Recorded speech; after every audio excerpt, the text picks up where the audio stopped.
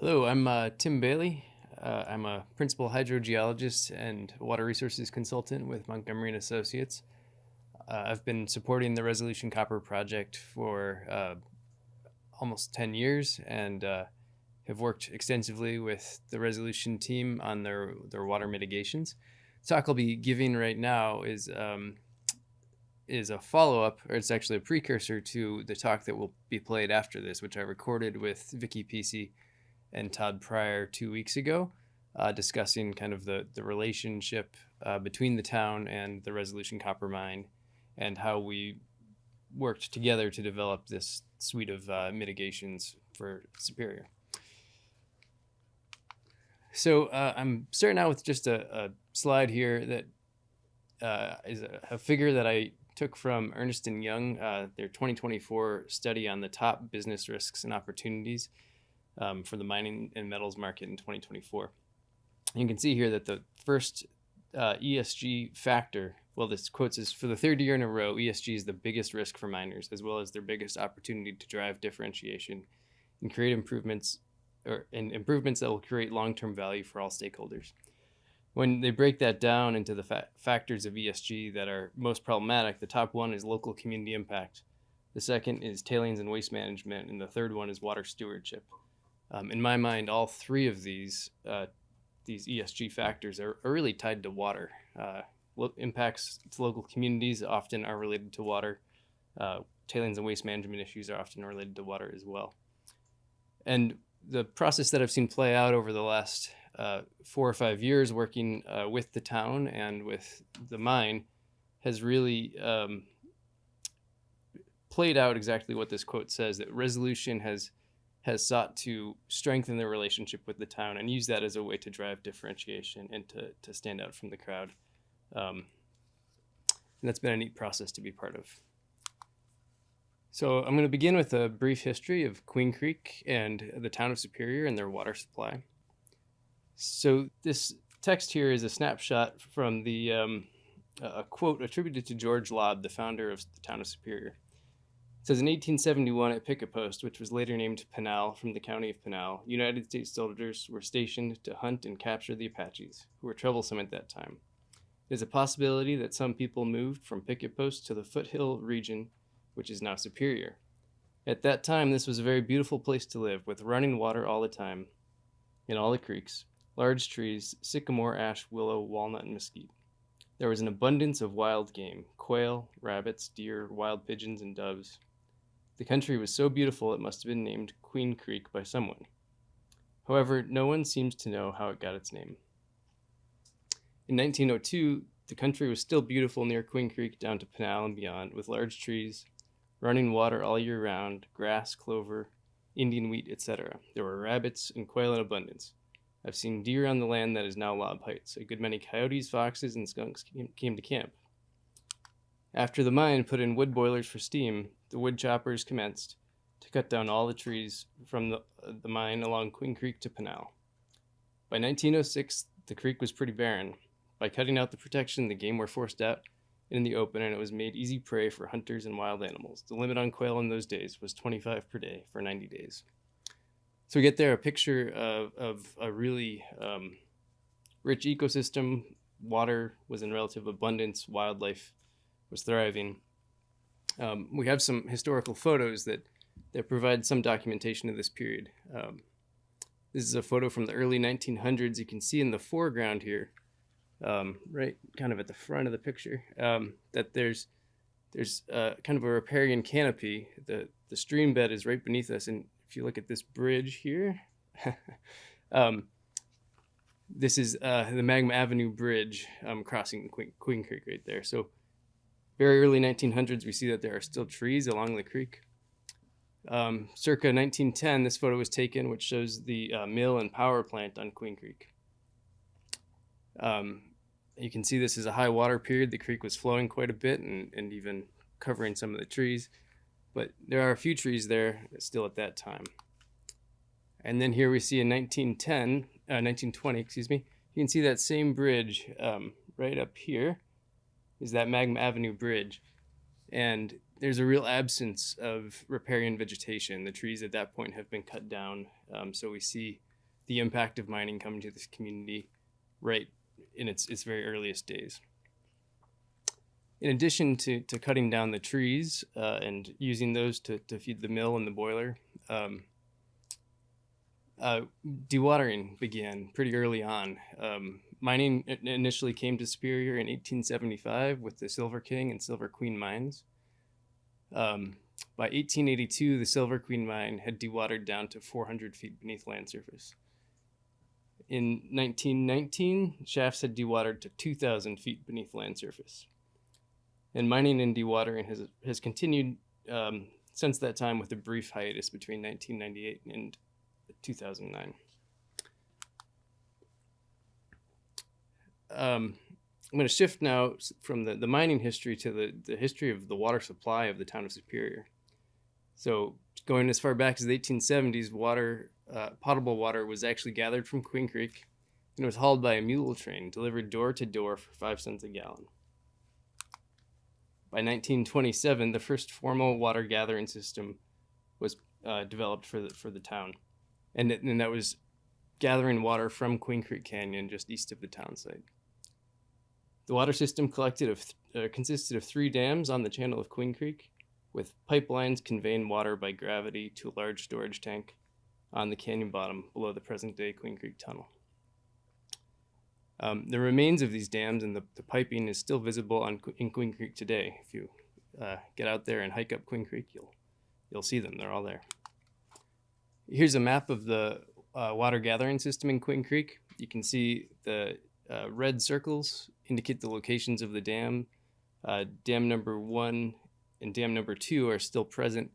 Dam number 3 was actually washed out in storms, I believe, in the 1980s. So going on with the history of the water collection system for the town of Superior, Arizona Water Company took possession of the Queen Creek water collection facilities in 1955. In 1972, they also began developing the Desert Wellfield water supply, which is actually near Florence Junction, 26 miles to the east of Superior. And there's a 26-mile pipeline still bringing water from the Desert Wellfield all the way over to Superior. In 1975, Arizona Water Company filed a water right for the Queen Creek system, totaling 61.6 acre-feet per year. Going on in 1980, one of the dams was destroyed and buried by rock and debris as a result of road work on the US 60, and that dam was never reconstructed. Then at some point after 1980, Arizona Water Company developed an infiltration gallery. I'll talk more about that in coming slides, beneath the channel of Queen Creek, near the current storage tank that Arizona Water Company has on the creek. And then in 1995, that infiltration gallery was decommissioned because it had turbidity issues. So here, the yellow circle is the location of that infiltration gallery, and we'll talk about that some more. This plot shows the record of withdrawals from the water gathering system in Queen Creek. You can see going back to 1962 that dams number 1, 2, and 3 were collecting water. Beginning in 1986, the infiltration gallery was developed. And between 1986 and 1994, the gallery provided between 21 and 128 acre-feet of water per year as drinking water to the town of Superior. However, the infiltration gallery developed turbidity issues, and it was decommissioned in 1995 and no longer used. So that's really the history, a very brief history of the story of Queen Creek and the water supply for the town of Superior. Now I'm going to begin talking about the agreement that the town of Superior and Resolution have worked out over the last 15 years or so. So the story actually goes back to 1998. The town of Superior, as the magma mine was closing down, the town of Superior was looking at their economy and saying, what can we do if mining's not here to make sure that our town continues to thrive? And they commissioned a report evaluating restoration of Queen Creek with the intent that the town would really become more of a recreation, tourism-focused town. And that was a thorough report with some really great ideas in it. was put on the shelf for many years. And then 2013, as Resolution's beginning work on their environmental impact statement, the town and Resolution formed a community working group that studied water issues kind of in collaboration with the mine. Moving on, 2019, the draft environmental impact statement was published, and the town of Superior responded to the U.S. Forest Service. 2020, the Queen Creek Working Group was established.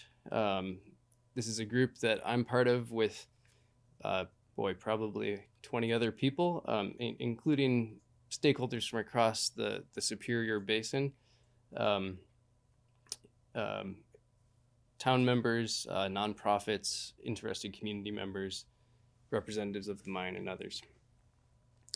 Then in 2022, Resolution commissioned Montgomery & Associates to study potential water mitigations. The town had expressed concern about the historic impacts to the creek and said, we'd like our creek back. So we were asked to go ahead and do a study and suggest some ways that we could work on restoring the creek. In November 2023, the town and the mine signed a good neighbor agreement to ensure that they continue working together as the mine moves forward. And then summer 2024, we presented our concepts for mitigations to Resolution. They accepted those, and the mitigations were presented to the town council, and a letter of intent was shared with the town council. That's still being finalized, but we have conceptual agreement between the town and the mine at this time of the mitigations that are going to move forward.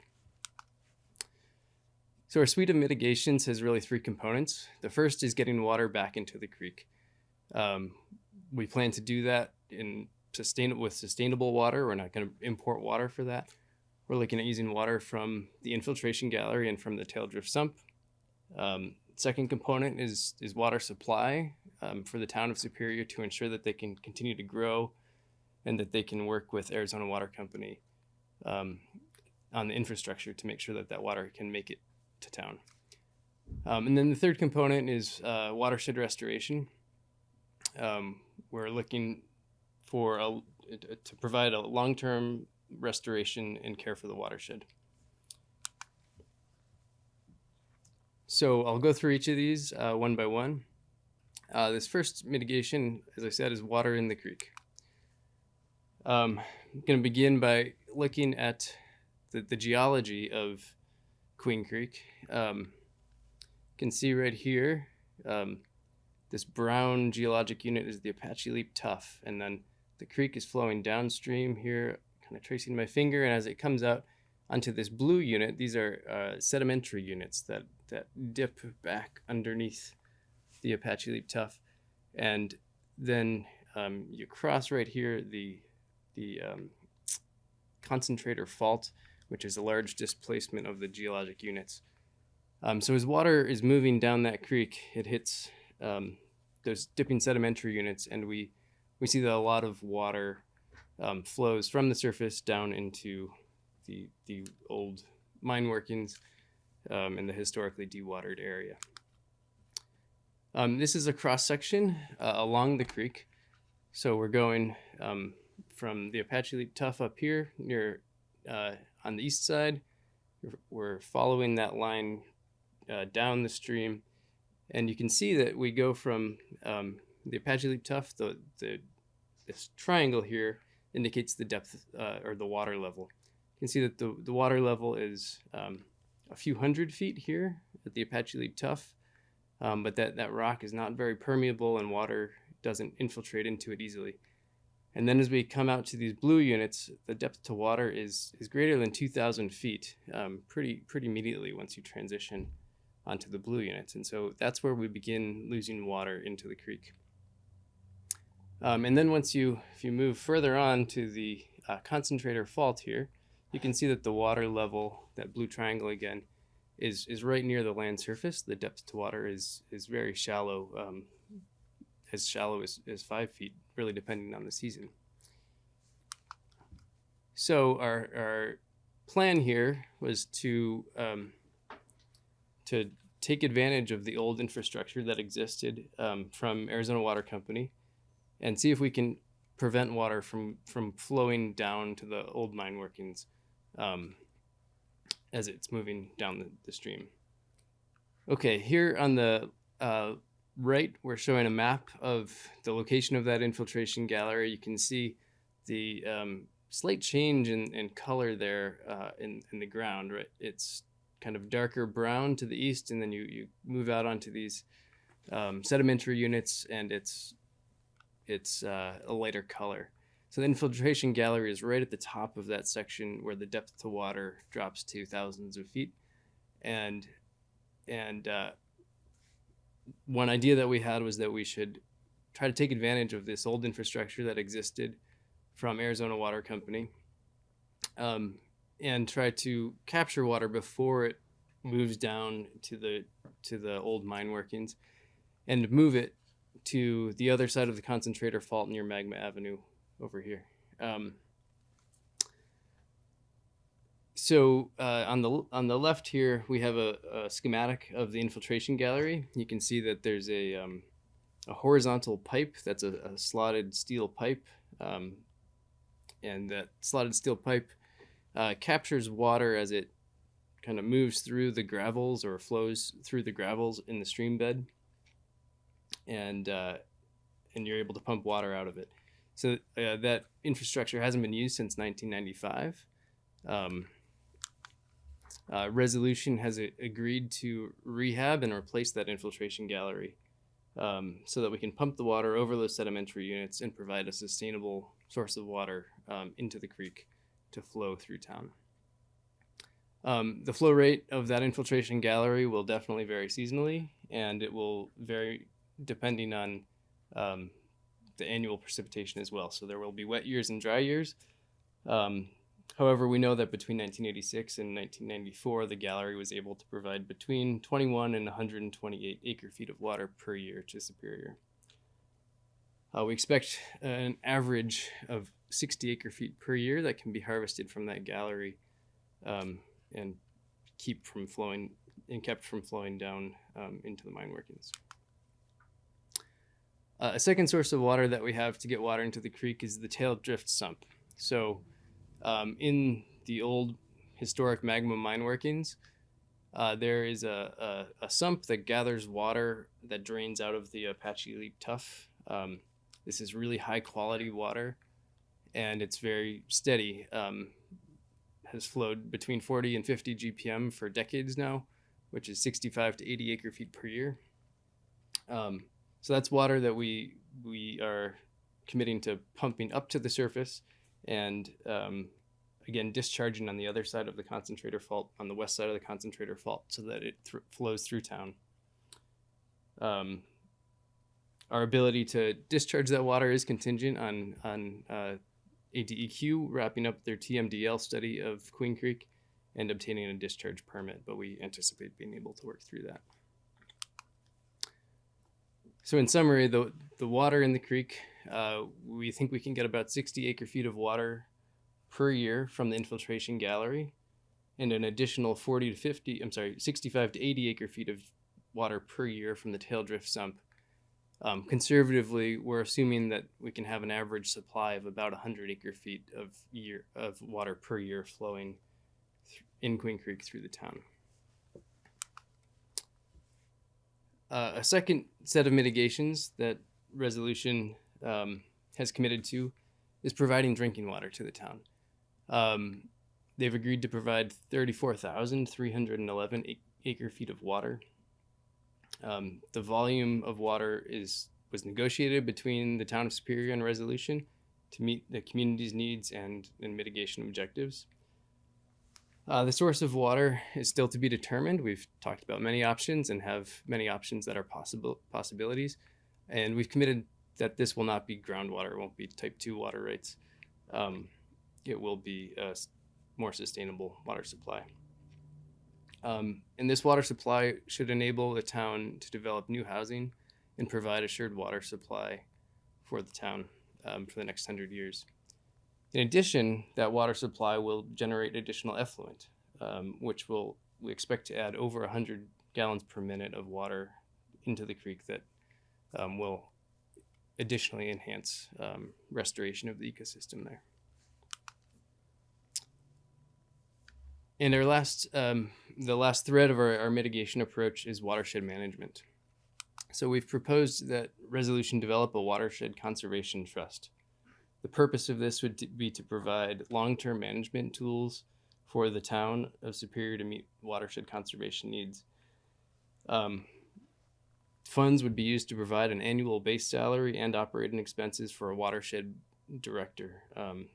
Very few watersheds have a dedicated watershed director and someone who can invest their time and resources into that watershed. So we think this is a significant improvement for the watershed.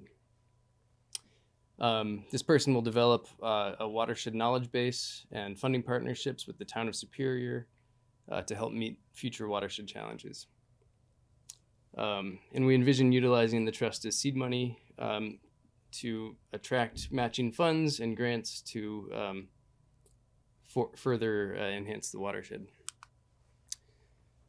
So this schematic is kind of how we envision this money being used. Resolution's committing to setting up a $5 million endowment. The intent is that this endowment would last in perpetuity, and sustainably you could draw off about $200,000 per year and continue to grow the endowment. Very rough concept, but we're thinking about $125,000 a year could be contributed to an employee who is responsible for grant writing and managing projects, and $75,000 a year on average could be used to support vegetation management, low impact development, erosion control, water retention and spreading, and information collection and education. So we envision that this is very much a body of money that lasts for the duration of the future, and that opens doors to further enhancing the watershed and restoring the watershed. This is the Queen Creek watershed boundary above Whitler Ranch Dam. So this is what we're considering the Superior Basin that we envision this money supporting the restoration of. Superior is the yellow block in the middle is the Superior town limits. One reason we're excited about this approach is Superior is actually a fairly unique location in Arizona. The plot here shows Arizona cities and their average precipitation distributed by elevation. So you can see that there's a really strong linear correlation that as precipitation increases, as elevation increases, precipitation increases. Superior is the star on this plot and gets 18 to 20 inches of rain per year typically. If it were to fall along that same linear trend as most other Arizona cities, you'd expect it to get 11 to 12 inches of precipitation per year. But really they have an orographic anomaly that Superior gets more rain than you would expect given their elevation, and really opens the door to additional watershed restoration activities that could enhance the situation there. So what are we hoping to achieve? We've looked to other watershed projects around the country as examples of what could be achieved. I'm going to present one example, which is right in the Arizona region. Cuenca Los Ojos is a nonprofit down near the Chiricahua Mountains in southeastern Arizona, and also on the Mexico side of the border. They manage about 121,000 acres. And these are just some screenshots that I grabbed off of their website. So what have they done? They constructed more than 80 large gabions on both sides of the border. They constructed more than 1,000 berms to slow erosion and capture water. And they constructed over 40,000 small rock dams in washes and hillsides, plus an additional 20,000 on partnering lands in the US and Mexico. So in doing that, they've restored 809 hectares of new riparian vegetation, 3 miles of perennial stream, and they've aerated and reseeded 8,000 acres of grasslands with native grasses. They've reintroduced white-tailed deer, beavers, turkeys, and provided habitat for more than 90 mammal species, 40 reptiles, and 10 amphibians, and 10 fish. And notably, they've raised the water table during a 10-year drought. Their site has actually been an area that's gotten a lot of attention recently from the USGS. Laura Norman has done some studies there, doing side-by-side comparisons of the watershed that they've managed versus the adjacent watersheds, and really quantitatively demonstrated some of these benefits. So the approach that they're taking is what is called NIDS, or natural infrastructure for drylands, or some others call it rock detention structures. So this image on the right shows what these methods are. You can see that there's a number of different structures that can be used to slow the flow of water off of the watershed, and in doing that, we can help water move vertically down into the subsurface and recharge aquifers.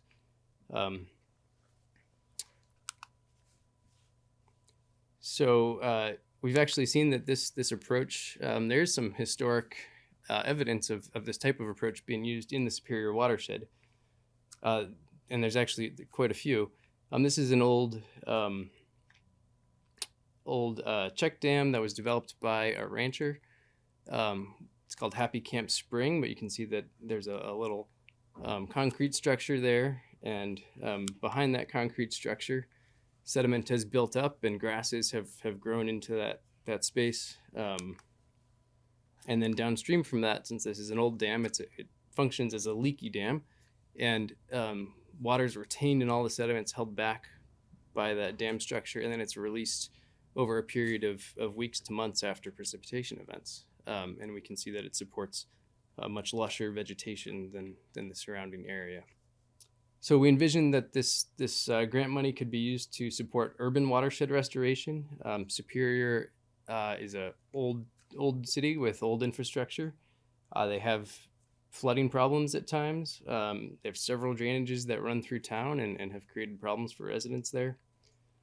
So we envision that the money could be used to help with rainwater harvesting projects, to reduce flood risk, and to enhance green spaces for the community, and hopefully increase groundwater recharge to support the creek. Superior is also really unique in that it's a location with a lot of natural beauty and a lot of interest in it.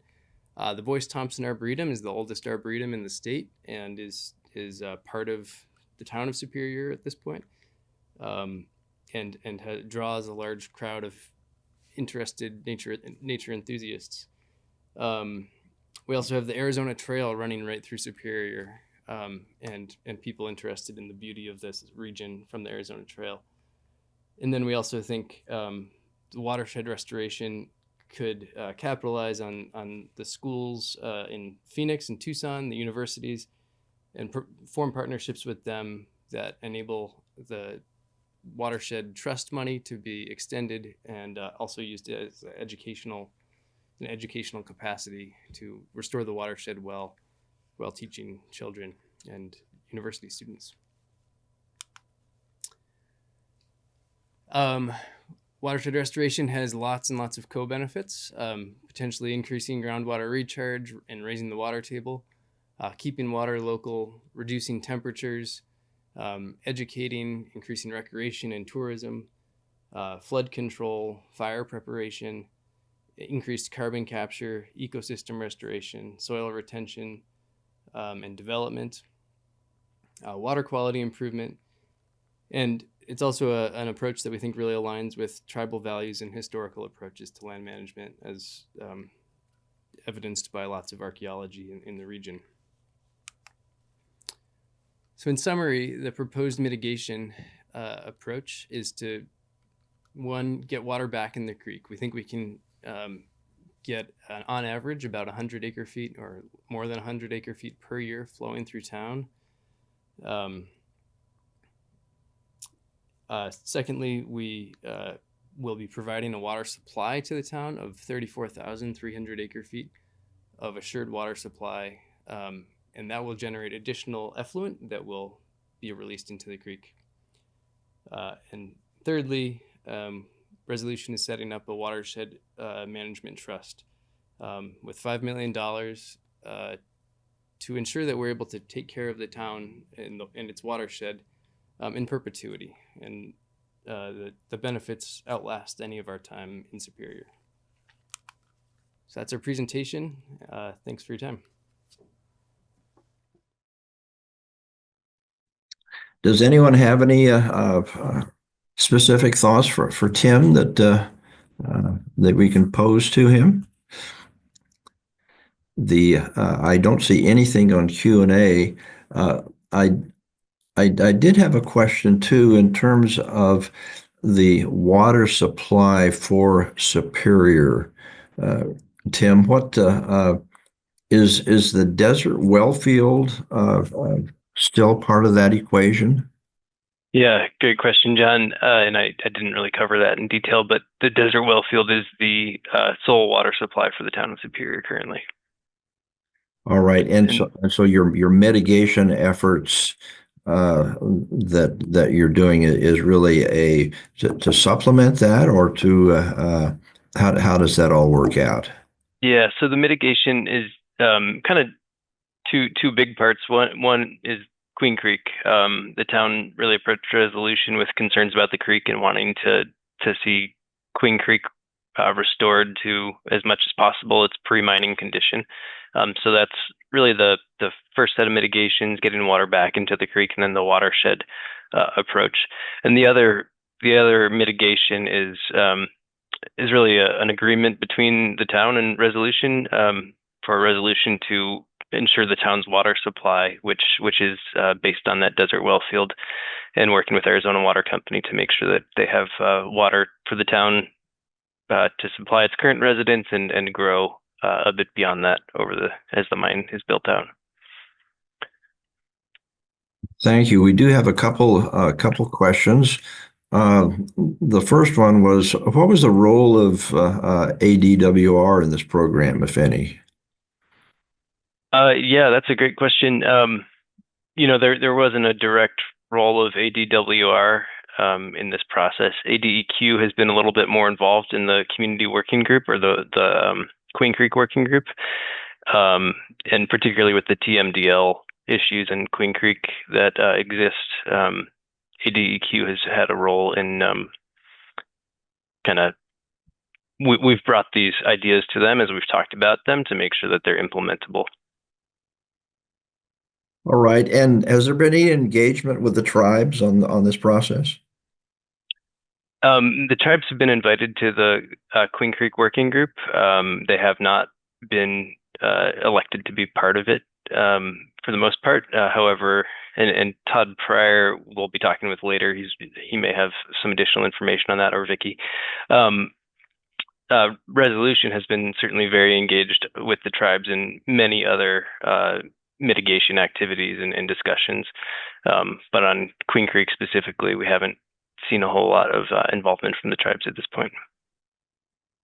Yeah, and I think that if it might be good to understand, the Queen Creek itself, does that collect from up at the top of the hill and then come down through the town?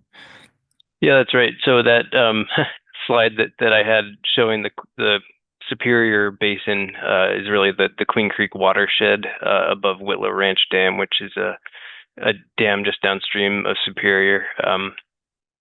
So absolutely, runoff is collected from across the watershed as you're up on that Apache Leap Tuff portion of the watershed. There's a lot of exposed rock and pretty flashy stream response. And then as you get down out of Queen Creek Canyon to the west of Superior, you have sediments and soils that infiltrate a lot more water and a less flashy watershed response. I think you mentioned the nonprofit in Mexico that was protecting the Chiricahua Mountains. What was that? It's called Cuenca Los Ojos, and we haven't worked with them specifically, but have just kind of observed their activities and the successes they've had, and some of the work coming out on that, and think that looks like a really good example of the type of thing we'd like to accomplish. Good. Does of any of our other panelists have any questions they want to ask or pose to Brian? Or, I'm sorry, pose to Tim. I said, Brian, you're just going to jump in there. Okay. Well, if there's and also for any of the attendees. If you put your questions in the Q&A, we'll if we don't have time to get them in, we will answer them during the commentary period. Okay. Well, thank you very, very much, Tim. I appreciate your expertise and participation, and we'll hear a little more from you in our next session.